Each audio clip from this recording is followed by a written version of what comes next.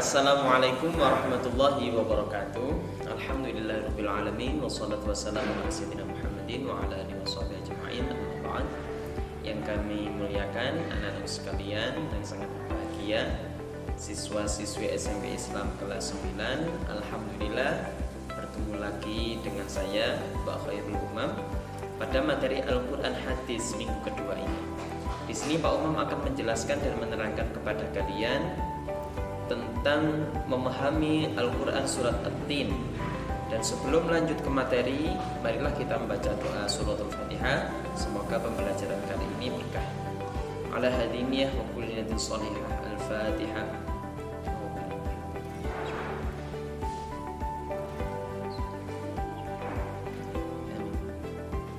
Alhamdulillah anak-anak sekalian, silahkan disimak dan didengarkan bacaan Al-Quran surat At-Tin.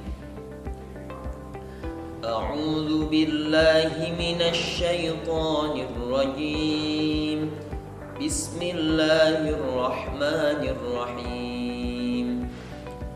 Wat-tini waz-zaitun wa turi sinin wa hadzal baladil amin. Laqad khalaqnal insana fi ahsani taqwim. Thumma radadnahu asfala safilin.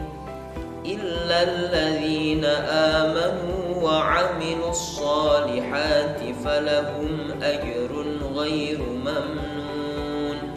Fama yukadzibuka ba'du bid-din. Alaihissallahu bi ahkamil hakimin.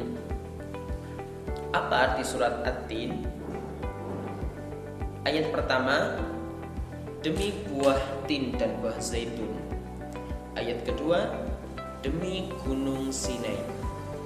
Ayat ketiga, dan demi negeri Mekah yang aman ini.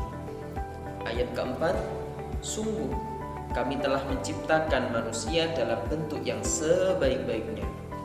Ayat kelima, kemudian kami kembalikan dia ke tempat yang serendah-rendahnya, pahala yang tidak ada putus-putusnya. Ayat keenam, kecuali orang-orang yang beriman dan beramal soleh, maka bagi mereka pahala yang tidak putus-putusnya. Ayat ketujuh, maka apakah yang menyebabkan mereka mendustakanmu tentang hari pembalasan setelah adanya keterangan-keterangan itu? Ayat ke-8, bukankah Allah Maha yang paling adil? Anak-anak sudah mendengarkan tadi ya? Lalu bagaimana penjelasan surat At-Tin? Surah At-Tin menurut Imam Muhammad Abduh adalah pohon tempat Nabi Adam alaihissalam bernaung di surga. Adapun az-zaitun adalah pohon yang merupakan pertanda surutnya banjir pada zaman Nabi Nuh. Waktu itu ketika terjadi banjir bandang yang sangat besar, Nabi Nuh mengutus seekor burung dan akhirnya burung tersebut kembali ke Nabi Musa dengan membawa daun zaitun kepada Nabi Nuh. Akhirnya Nabi Nuh memberikan pemahaman, ternyata banjir bandangnya sudah surut dengan adanya pohon az-zaitun tersebut. Akhirnya Nabi Nuh merasa gembira karena hal ini menandakan banjir bandang mulai surut, sekaligus sebagai pertanda redanya kemurkaan Allah dengan mengizinkan bumi menelan air bah yang sangat dahsyat tersebut. Pohon tin dan pohon az-zaitun mengingatkan kita pada dua masa, yaitu masa Nabi Adam alaihissalam sebagai bapak manusia pertama dan masa Nabi Nuh sebagai bapak manusia kedua. Kemudian Allah bersumpah pula memakai masa Nabi Musa dan masa Nabi Muhammad SAW. Secara ringkasnya dalam surat At-Tin Allah bersumpah dengan 4 masa. Yang pertama yaitu masa Nabi Adam, yaitu pohon At-Tin tempat Nabi Adam bernaung. Wat-tin Jadi lafadz Arab yang didahului dengan wa itu namanya kata qasam atau huruf qasam atau huruf yang digunakan untuk bersumpah. Ketika Allah bersumpah dengan suatu tempat atau dengan suatu masa, itu menandakan peristiwa yang sangat luar biasa, masa yang sangat luar biasa yang terkandung pada kata tersebut. Yang kedua yaitu masa Nabi Nuh. Wazaitun, pohon zaitun pada Nabi Nuh sebagai tanda banjir bandang mulai surut ketika Allah mengadab kaumnya Nabi Nuh karena tidak mau mengikuti ajaran Nabi Nuh. Akhirnya Allah murka mendatangkan banjir bandang yang sangat besar. Yang ketiga masa Nabi Musa alaihissalam. Wa Turi Sinin, Gunung Sinai, tempat Nabi Musa menerima kitab Taurat yang mengajarkan ajaran tauhid yang telah dikotori oleh akidah wasaniyah, yaitu akidah menyembah berhala sebelumnya. Yang keempat masa Nabi Musa, wahadal baladil amin, dan ini adalah negeri yang sangat makmur, yang sangat aman. Yang dimaksud di situ adalah kota Mekah. Kota Mekah yang aman yang dimulakan oleh Allah dengan kelahirannya Nabi Muhammad SAW dan keberadaan Ka'bah di sana. Jadi 4 masa tersebut yaitu masa yang sangat dimulakan Allah, sehingga Allah menyebut di dalam Al-Quran dengan huruf qasam, wattin, wazzaitun, waturi sinin, wahadal baladil amin. Ini adalah masa yang sangat mulia. Ar-Raghib Al-Asfalani menyatakan bahwa kata taqwim yang ada di surat At-Tin, laqad khalaqnal insana fi ahsani taqwim. Ahsani taqwim di sini adalah bentuk yang sangat sempurna. Ini menandakan bahwa Allah menciptakan manusia ini dengan bentuk yang sangat sempurna, dengan bentuk yang sangat mulia. Mulia dari segi apapun, terutama adalah dari segi akal. Karena akal hanya diberikan kepada manusia, hewan tidak diberi akal, malaikat pun tidak diberi akal, hanya manusia. Apabila manusia hanya memperhatikan dan melayani kebutuhan jasmaninya, tidak mau beramal soleh, tidak mau sholat, tidak mau mencari ilmu, maka kelak Allah akan mengembalikan manusia tersebut ke tempat yang sangat hina, yaitu neraka. Naudzubillah. Kalian pasti nggak mau kan dimasukkan ke dalam neraka? Mau apa enggak? Insya Allah nggak ada yang mau. Makanya ayo kita beramal yang baik sesuai perintah Allah agar Allah tidak mengembalikan kita ke neraka. Berdasarkan firman di atas menunjukkan bahwa manusia diciptakan dengan bentuk sebaik-baiknya. Oleh karena itu, kita sebagai ciptaan yang mulia harus senantiasa beriman dan beramal saleh dalam kehidupan sehari-hari agar kita ditempatkan ke surganya Allah. Lalu di surat At-Tin juga ada perintah menuntut ilmu. Islam mendidik umatnya untuk senantiasa belajar atau mencari ilmu. Belajar dari manapun anak-anak. Kita menghadiri majelis ta'lim, kita ke sekolahan, atau bahkan bisa pakai gadget kita. Gadget yang kalian bawa ini bisa menjadi ladang untuk mencari ilmu. Gak hanya sekedar untuk main game, tetapi bisa kalau kita punya YouTube, kita lihat tausiah-tausiah. Tapi ingat, cari ustadz yang benar-benar ikhlas, ustadz yang tidak menyesatkan. Islam mendidik umatnya senantiasa belajar mencari ilmu.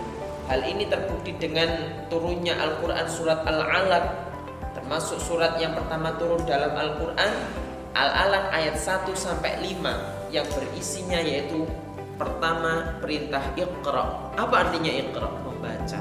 Membaca ini termasuk belajar juga. Membaca bumi, membaca tentang alam dan sebagainya, itu juga termasuk membaca. Selain ayat-ayat Al-Quran, banyak juga hadis yang menjelaskan perintah menuntut ilmu. Di antaranya yaitu hadis yang diriwayatkan oleh Ibnu Abdil Bar. Lafaz hadisnya an Anas anna Nabi sallallahu alaihi wasallam utlubul ilma walau bisin. Carilah ilmu walau ke negeri Cina. Fa inna talabal ilma faridatun ala kulli muslimin. Karena sesungguhnya mencari ilmu itu difardukan, diwajibkan atas setiap orang Islam, dan Islam laki-laki maupun perempuan. Innal malaikata tad'u ajnihataha li talibil ilmi ridan bima yatlubu. Bahkan malaikat membentangkan, meletakkan sayapnya di atas orang-orang yang mencari ilmu, anak-anak yang menuntut ilmu. Karena apa? Karena ridho dan senang dengan anak-anak yang suka mencari ilmu. Anak-anakku sekalian, hadis tersebut menyebutkan utlubul ilma walau bisin, walau ke negeri Cina. Dulu sudah disebut sama Rasulullah. Kenapa?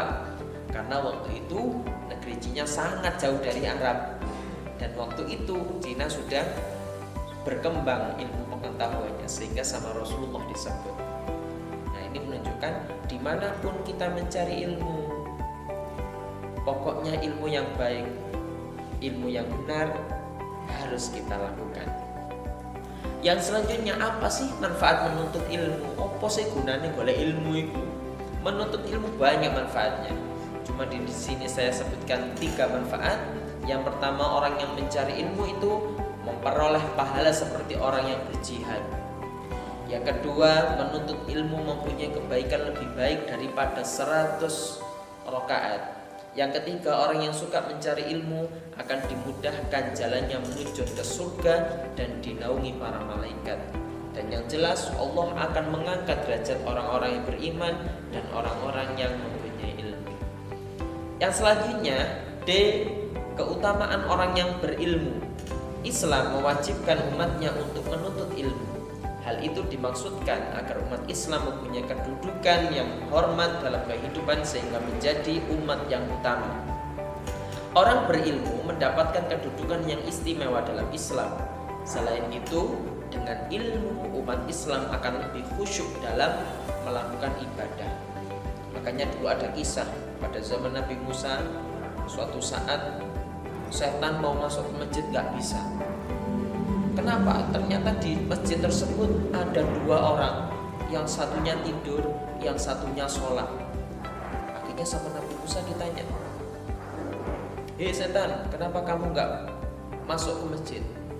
Setannya menjawab, "Sebenarnya saya mau masuk masjid, mau menggoda orang yang sholat, tetapi saya gak bisa."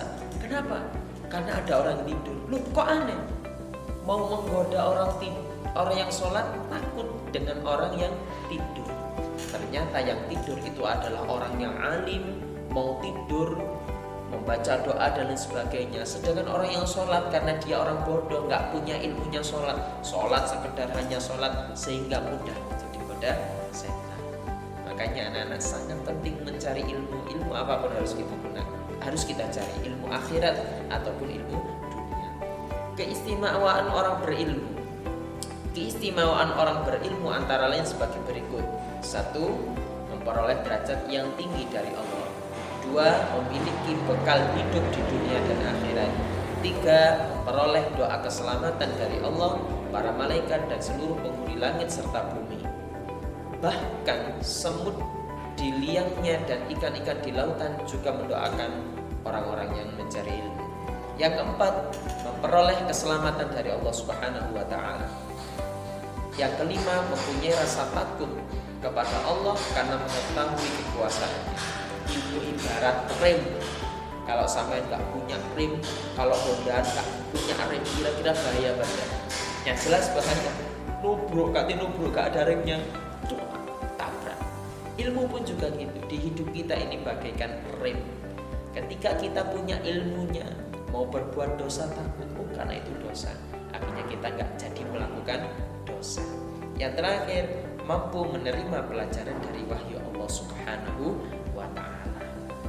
Dan masih banyak manfaat dan keutamaan orang-orang yang mempunyai ilmu. Jadi silakan anak-anak diangan-angan tentang betapa mulianya ilmu. Baik anak-anak, itulah tadi penjelasan singkat dari saya. Tugas kalian mudah, silakan baca surat At-Tin, dibaca dengan baik dan benar, silakan dikirim ke saya. Kalau kalian mau bertanya dan mungkin kesulitan, silakan WA pribadi saya, insya Allah akan saya jawab.